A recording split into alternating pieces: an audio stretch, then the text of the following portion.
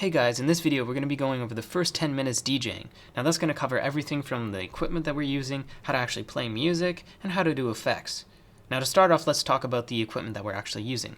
Now this setup is pretty standard. This is a Pioneer DJ setup with one mixer and two CDJs. This is something that you're going to see anywhere you go from a club or a wedding, whether you have it in your own home. This is going to be very standard. This is something that most people use and most clubs use. So you're going to see this pretty often. There are other companies like Serato, and they use different methods, but for the most part, these DJ controllers are very much the same. Now let's talk about what the mixer actually does. The mixer is what controls the volume, the effects, all the different things that you will hear coming out of the speakers. The CDJs actually control the track itself. Now that can be anything from the BPM to whether it's playing or not, to where it's playing from in the track. So to start off, let's actually load up a song so we can hear what everything does. So I'm going to select my USB here by pressing the USB button, going down to the playlist that I've set up in Rekordbox. And Rekordbox is a software that you're going to have to use if you're using any Pioneer products. Let's just go to a random song. This one seems good. Let's press play. We don't hear anything. Now the reason for that is our mixer isn't actually sending any volume to our speakers. You can see here it's receiving signal, but there's nothing being played. The reason for that is that the volume specific slider is all the way down. So if we take this slider and slide it all the way up, there we go, we hear something. Now I'm going to talk briefly about what each of these knobs do, starting from the top. This one is another volume slider. You can use it whenever your music is too loud, or the song is just way too quiet. This here affects your highs. If you turn it to the left, it's less. If you turn it to the right, it's more. Same thing for the mids. Same thing for the lows. Alright, so let's pause this for a second. Now these knobs are a little bit different. They won't actually do anything unless you have something like this selected. So let's select, for example, Crush, press play, and twist this knob.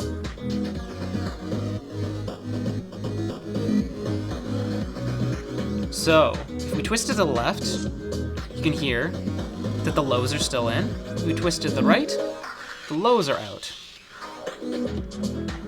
Cool. So let's do a quick review. This here is what affects your actual volume output to the speakers.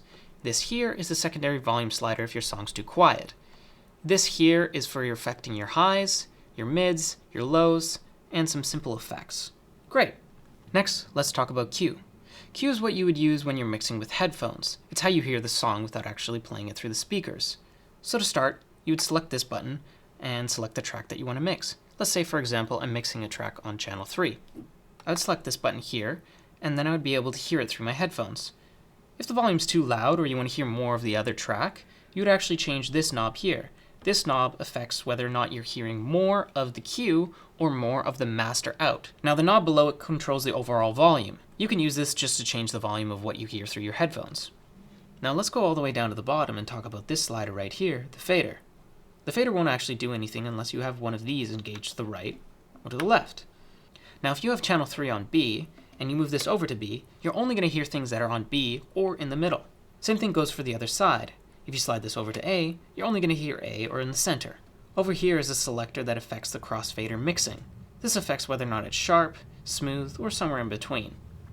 This here is the booth volume control that controls your booth speakers. This is the balance to the left or right, and this is the master output. These are the volume controls that you primarily use to get output. Over here we have the beat effects control.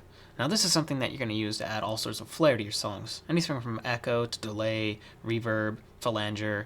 There's lots of different effects that you can use. Now the effects do vary from mixer to mixer, but you can expect the knobs here to do the same thing on all of them. This one is for selecting what effect is active. This is for selecting the channel, the time, the intensity, and this engages the effect. Alright, so let's hear what the echo effect sounds like on our song. We'll use this knob to select echo, select the channel we want to use, number 2, add in the mids and the lows, and press play. Now, I'm going to press this button here to engage the effect. As you can hear, it's affecting the entirety of the song. Pretty cool. So that's how you would add an effect to your song. Alright, that's the basic intro to the mixer. I know we went over a lot, so let's briefly review what we learned. Starting from the top, we have the master volume, the track volume trim, the high knob, mid knob, low knob, the effects knob, which is controlled by these effects here, the Q knob, which is for listening through your headphones, the channel volume slider, the fader selector, and the fader, the effects control, effects selector, channel selector, time, intensity, and the engage button. Alright, so let's move on to the CDJ. The CDJ is what we use to select and play music that is then sent to the mixer and out to the speakers. Over here we have the play button and the Q button. The Q button is what selects the spot in the song that you want to play from. The search is what searches through the song. Track search will change the track to the next one in your playlist. This knob here is for slipping the song back and forth, so reverse and forward. Here's all your hot cues. This is your USB slot. Up here we have our display, which is used to show you what current song is playing, and also select songs from your playlist that you load to the deck. So let's go through that right now. So if you have your USB selected, press the Browse button. Now the Browse button is going to bring up, probably for you, it will show you like this. So this is the different ways that it'll sort through your music. I have playlist, key, track, album, all these different kinds of things that you can use to sort.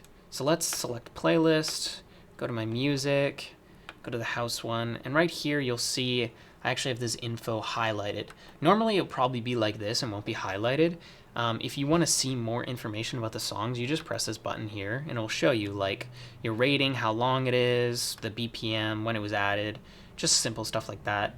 Now you can actually press this menu button here to go into the list state, and you just hit this button here and it'll show you the different ways of sorting. Like if I want just BPM, I can just go to BPM and it'll sort for me. Now let's load a song. All right, sweet, the song's loaded. Now let's go over this section over here so we can talk about what all these different knobs do. This one is the speed adjust, so it's kind of like when you press pause. Like I'll just show you how it works. If you press pause, it like slows down the pause. It can be used for really cool transitions, honestly. The same thing with this one. This is like the speed at which it starts back up. Same kind of thing, right? So if you twist it completely fast, and this is super long. Over here, this is the jog adjust. Now, to show you how this works, I'm gonna have to press play. So if I actually take my finger here on the jog wheel, this is how I adjust the speed of the song. Like, let's say I wanna match it up to another song and it's not quite matched. You can speed it up like this, or slow it down to match it to the beat. If you put your finger here, however, it's gonna pause the song. So if you're trying to adjust the song, avoid putting your finger on the top, just use the side.